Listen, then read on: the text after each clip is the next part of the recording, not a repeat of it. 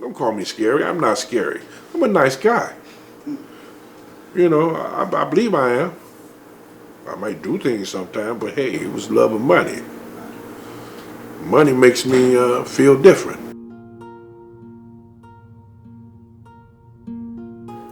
Maserati Rick was a pretty cool guy. I liked him. He was mellow, down to earth. He was friendly to anyone and anybody. He wasn't out there to hurt nobody, but he didn't want to be hurt. He would help anybody that asked for help. One of his friends said something, pissed me off, and he tried to step in and calm things down, but like I told him, you don't step up for no one unless you're willing to accept the ass whooping that he's finna get. And he told, what you talking about? I said, you need to look behind you. Two of my friends was back there with their hands underneath the coat. I was like, yeah. I said, man, we don't want no trouble. It can't be no trouble. That fool right there didn't know how to speak when he accidentally bumped into me. So, well, man, you must all know who I am. You finna become a dead man in a few minutes. My boys pulled down their gun and I already had mine up on the sling, because I always carried a sawed-off shotgun on the sling, and I had 44. Those are my two favorites.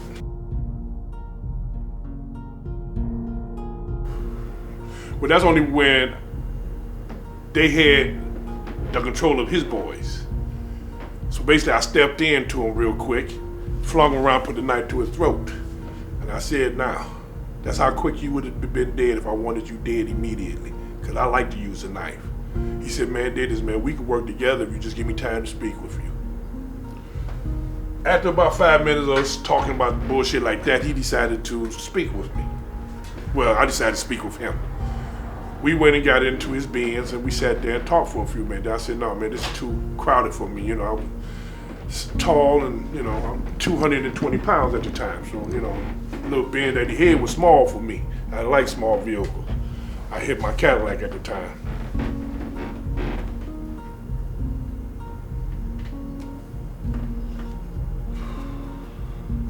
We talked, he was telling me about himself, about what he do and so forth, and that he could get me down, put me down, but he would like to use me as a bodyguard. Did he tell you his name? Rick Carter. He said, you might have heard me, they call me Maserati. So I don't pay no attention to what people say on the street. Only fools do that, because you can't get a rep with me by, oh, my name is this and that. Show me who you is and step to me like a man. You can't step to me like a man. I don't want to hear nothing but, well, read about me, my rap. Your rap ain't shit to me. You bleed just like I bleed. If you kill me, I don't know it, I'm dead. But if we gonna fight, most likely, I'm trying to take you with me. I ain't going to hell by myself. So what happened that first day you were with Rick?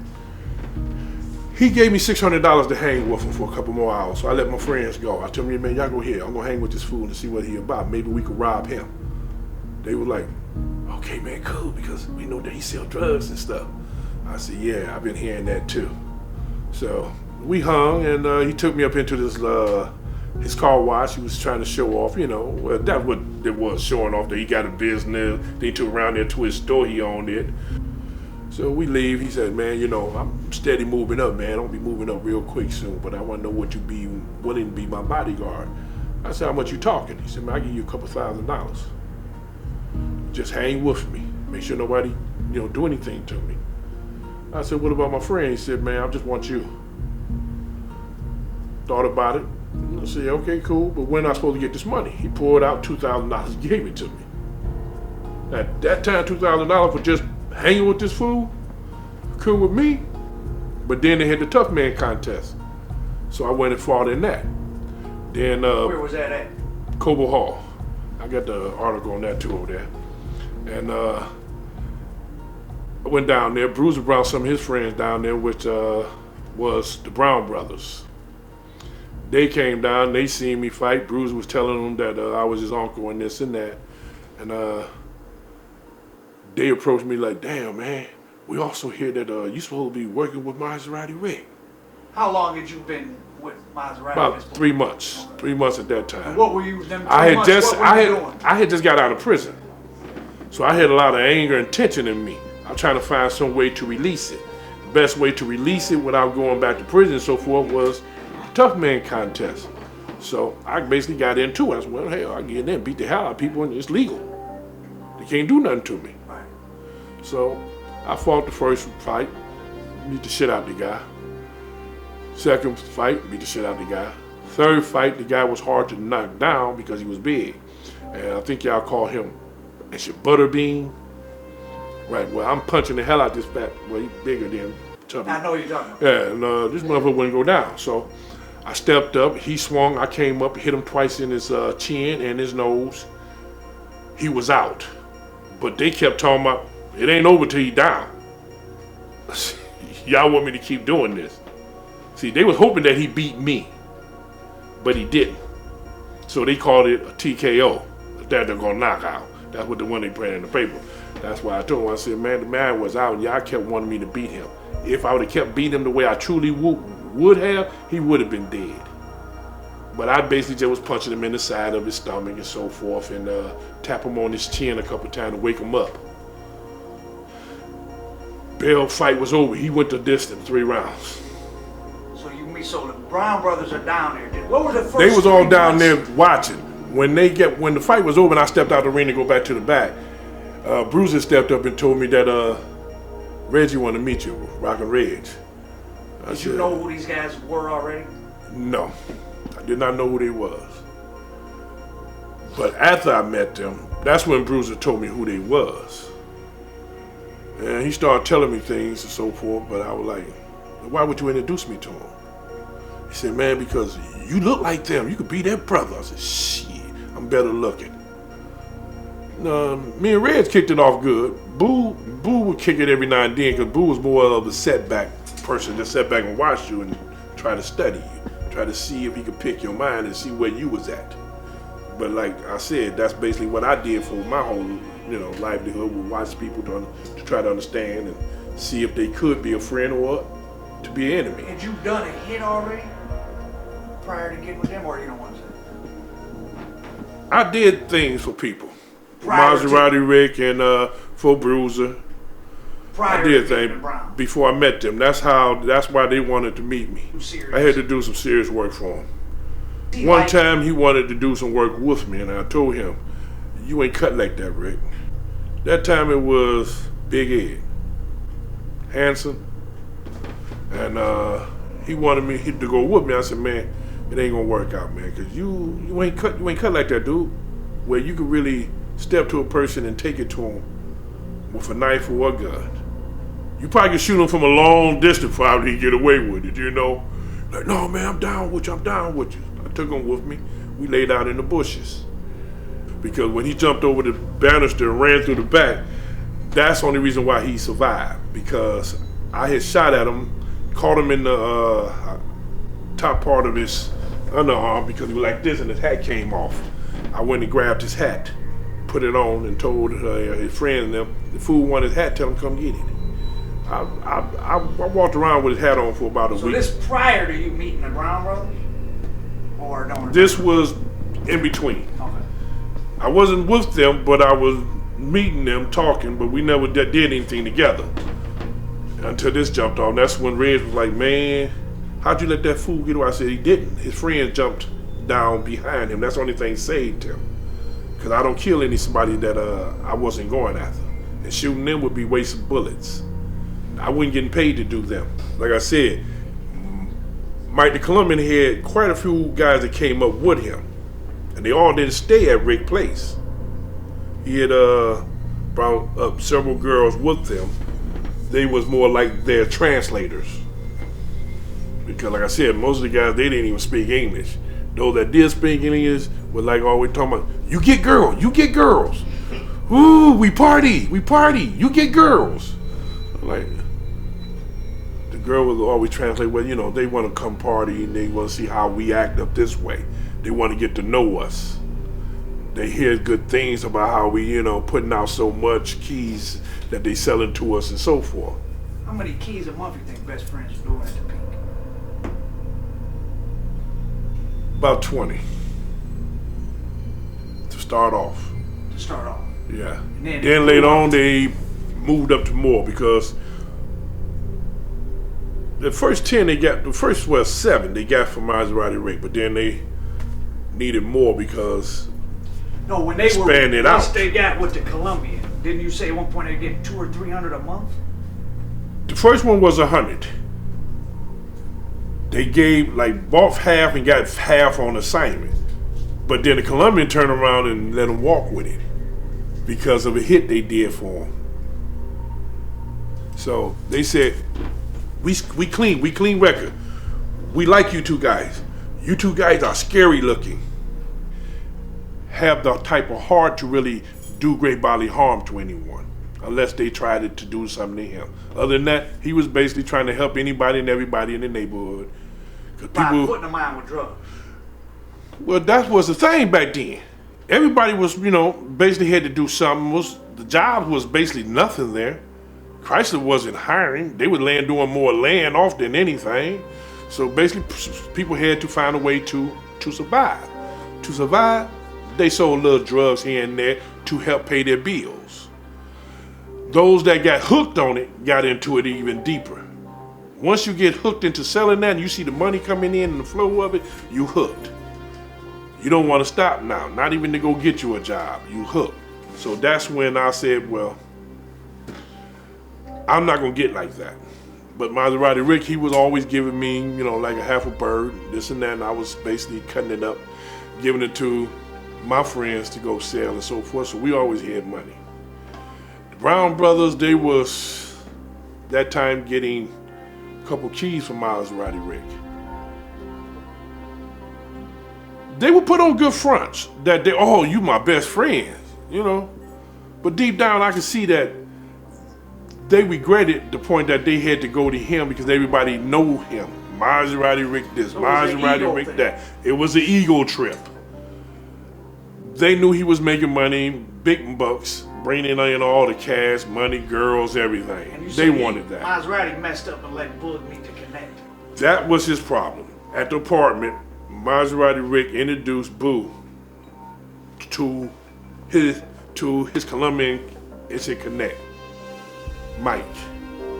And he didn't speak English that good. But we understood what he was saying, what he wanted. He basically offered me and Boo a job here in Detroit against one of the YBIs. Names I ain't gonna say. But because he owed him some money. Right. So me and Mark, Boo cousin, me and Mark, we went and drove to the west side and took care of the matter. The guy had the money in the trunk. We drove back to the apartment. The guy came down. He said, yeah, well, you thought that you could just run and do this and that, but I have people in all over the world that would do anything. I could pay to have you butchered right now in front of me. They'll do it. I said, hey, give me the money and I'll butcher him right here. I pulled out both my knives. I got to him right now. Just offer me the money. You can watch me gut him, cut off his head or any part you want. You said, and he's done. Come and looked at me and said, you nice guy, I like you, I like you. I said, hey, I like your money.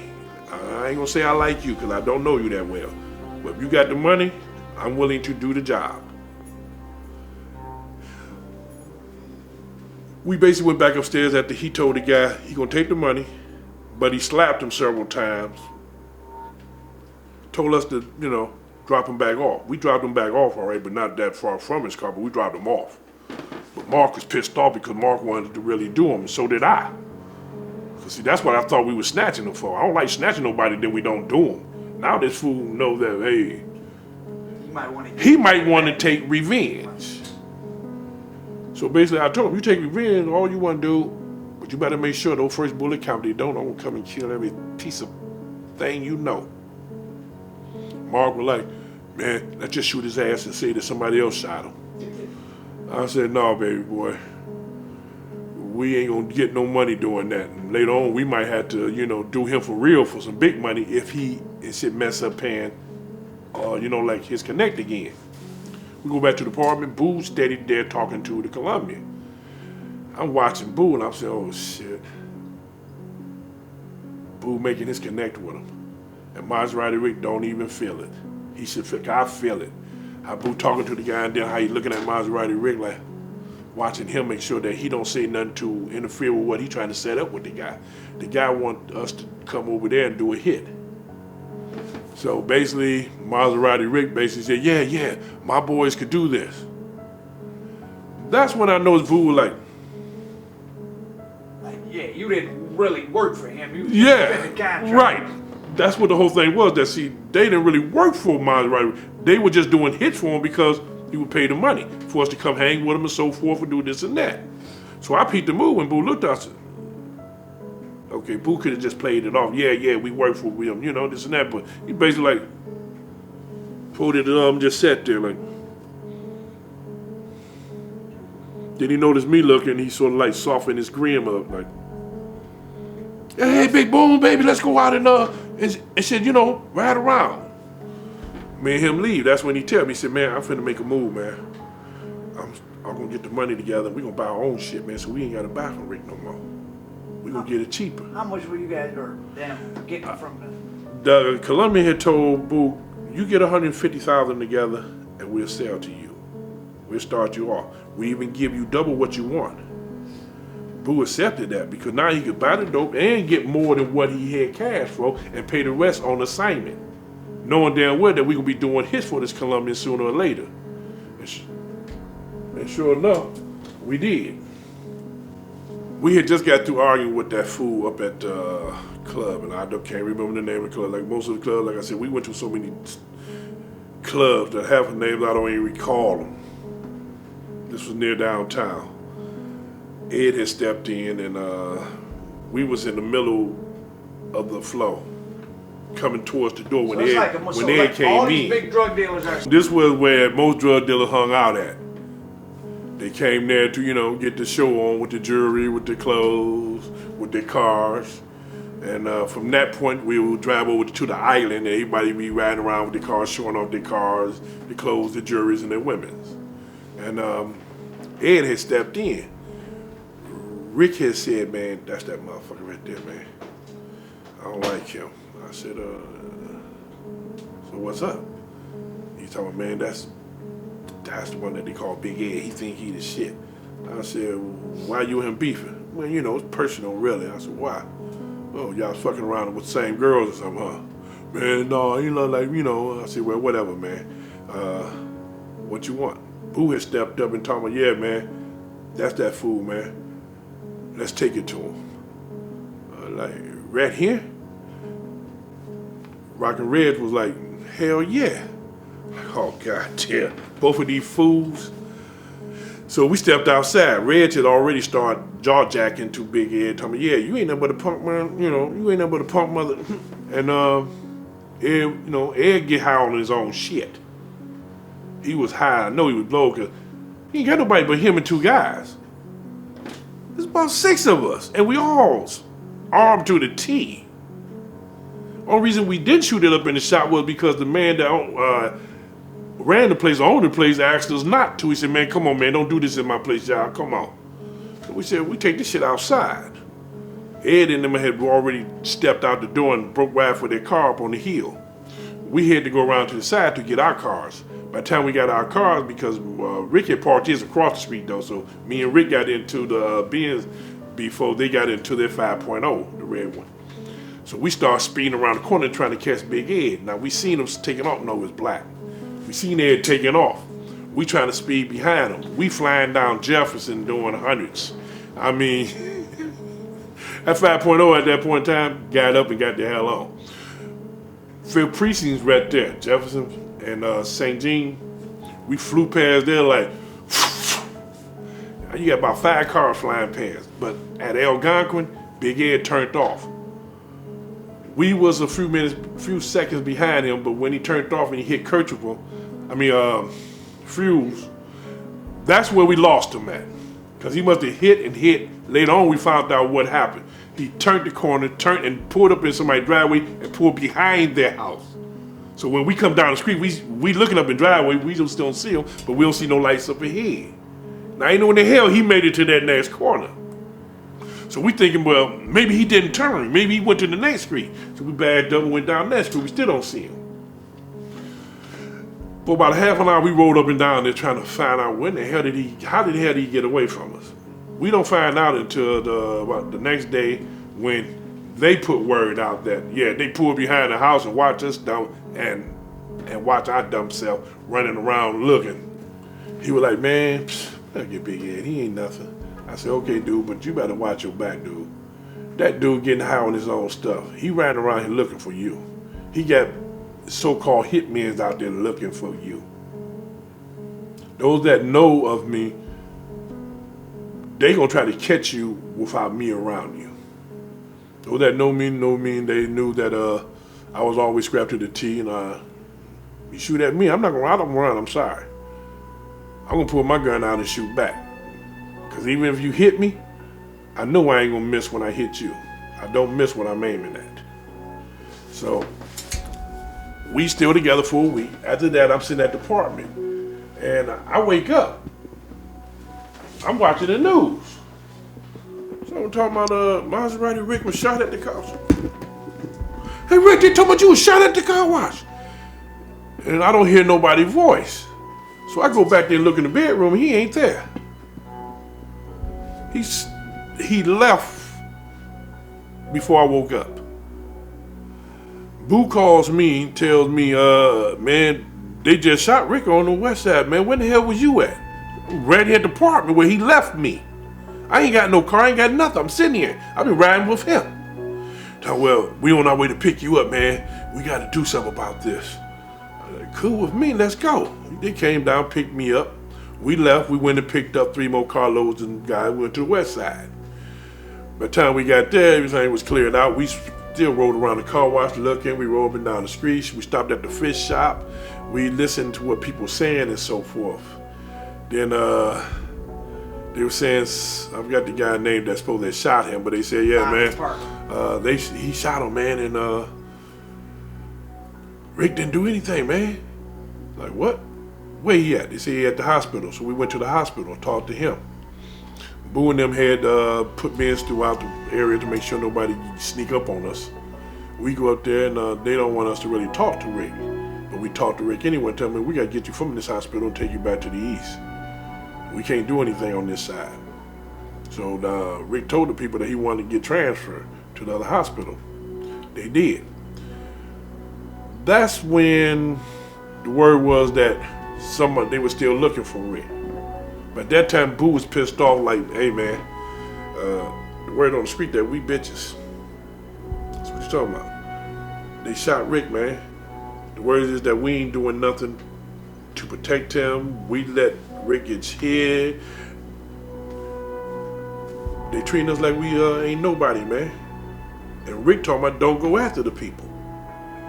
I said, where you hear this from? He said, man, Rick just told me this. So I said, well, Rick don't want us to go after him. We just wait till he, get better with it. He said, man, fuck this. Rick showing signs of bitch. I said, well, Rick ain't no bitch. It's just that he just more laid back, dude. He gonna think that I'm planning out what to do.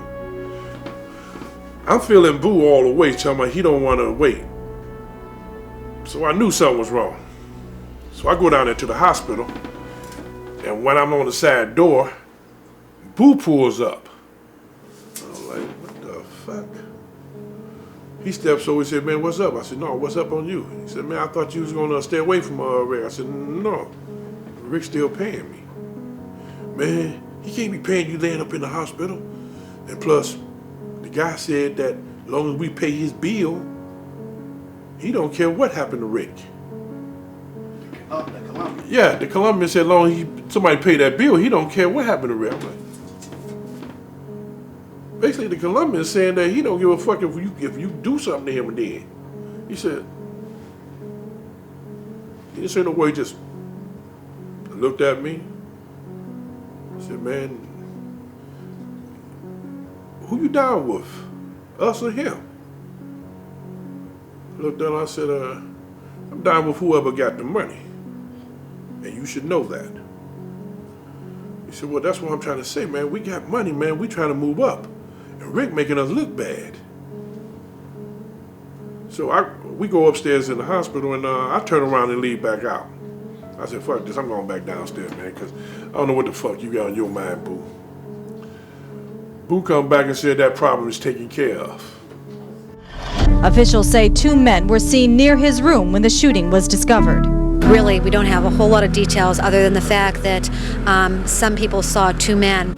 We drive back over on the street where I was staying at the time, and that's when he said, man, this between me and you, man. You gonna hear about it on the news anyway. Boo dead. I mean, excuse me. Miles is dead, man. We want you down with us, Boone. We want you down with us. I said, what you mean down? He said, man, we give you the dough, we give you whatever you need, we help you get up, and you need money for anything. Plus, we still want you to do hits for us and go on hits with us. I said, man, I'm down with whoever got the money. He said, okay, that's all I want to hear, baby. Because he took care of me very well. I don't say he took care of me. He gave me enough money to where, right at the hospital. Well, he gave me the money there before he went into the hospital. Because I had told him, I'm down with whoever, take care. He said, well, Rick ain't paying you. He gave me a wad of money, too. Down, it's $10,000. I walked in, then I turned around and left back. I said, man, nah. I turned left back out and went back to the car. By the time he came back to the car, he was like, everything's cool, man. I said, man, you want your money? He said, no, man, that's you, man. Baby. You down with us now. Of course, later on when he got to the house, that's when he told me what went down between him and Maserati.